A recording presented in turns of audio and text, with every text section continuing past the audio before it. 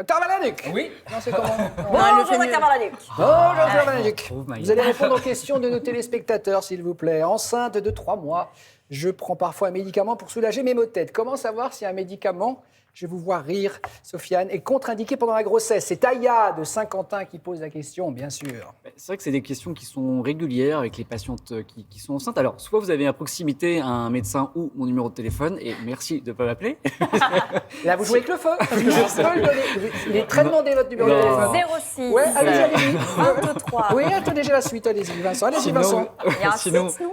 Pardon? Il y a un site Oui, alors internet. il y a aussi la notice déjà, mais ça risque de vous Oui. faire mal encore plus à la tête. Il y a aussi l'ANSM, l'Agence nationale de sécurité du médicament, sur lequel vous pouvez vous renseigner. Mais il y a Non, le CRAT. le CRAT. Voilà, moi je trouve que c'est Bah, aussi la c'était mon référence des meilleur médecins. ami pendant Mais je les sais bien, grossesses. ça rassure beaucoup. Le CRAT, c'est hyper simple d'utilisation. Vous mettez le nom au niveau du médicament et il vous dit s'il y a une dangerosité pendant la grossesse, pendant l'allaitement, si vous pouvez y aller. Donc vous pouvez y faire confiance. Le CRAT, c'est vraiment une source fiable sur laquelle, si vous êtes enceinte, vous pouvez vous référer.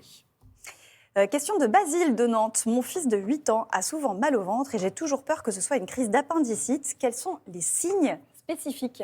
Alors déjà, ça commence de quel côté est l'appendice? À droite. Droite.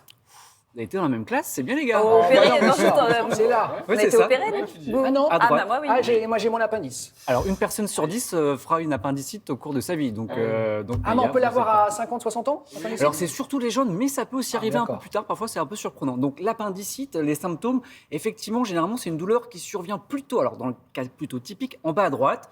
Parfois, c'est plutôt ombilical, puis ça va en bas à droite. On a de la fièvre, on a également une douleur lorsque c'est souvent l'ado qui va vous dire bah ça j'ai mal et puis j'ai mal aussi quand je marche. Ça peut provoquer cette douleur en bas à droite. Nous, en tant que médecin, on peut aller appuyer, palper la fosse iliaque droite et là on va déclencher également la douleur. Pour la confirmation du diagnostic, échographie, scanner, on peut faire aussi une prise de sang qui va monter une inflammation de l'appendice, d'où le nom appendicite, et puis c'est un traitement chirurgical d'urgence. Driss habite à Blois. Je pense que mon ado s'amuse en soirée avec ses amis à consommer du gaz hilarant. Alors même si l'effet a l'air très fugace, y a-t-il un risque pour sa santé? Je suis pas docteur, mais je pense que oui. Oui, mais c'est vrai que le mot fugace, on pourrait penser que finalement c'est un peu bénin et c'est très récréatif, mais il y a un Il y a réel beaucoup danger. d'alertes en ce moment. hein. Clairement, C'est- ouais. en fait, il y a eu 3 fois plus d'intoxication en un an qu'à l'accoutumée. C'est un gaz qu'on peut trouver notamment dans les cuisines avec les bonbonnes de chantilly. Les siphons, non, voilà. les Je siphons vous appelle pour la bonbonnes chantilly. tellement je ne fais pas de cuisine, je suis très mauvais. Siphons de chantilly. Et toujours à droite en entrant dans votre appartement, la cuisine. Et ouais, c'est ça, je l'ai découverte. Et du coup, donc oui, il y a un réel risque, soit immédiat, ça peut être complètement une asphyxie par manque d'oxygène, une brûlure parce que c'est un gaz qui est froid, ça peut être aussi des vertiges. Sur les conséquences à plus long terme, si vous avez une consommation régulière à forte dose, ça peut avoir des conséquences hémato, cardio, psychiatriques, neuro, donc non négligeables. Donc, soit vous en parlez directement avec votre ado. Vous pouvez aussi venir en consultation et sortir pendant la consultation, parce qu'on sait très bien que les ados, devant leurs parents, ne disent pas tout. Donc, avec autorisation, on demande est-ce que tu veux que tes parents sortent? Comme ça, on peut un peu échanger avec lui.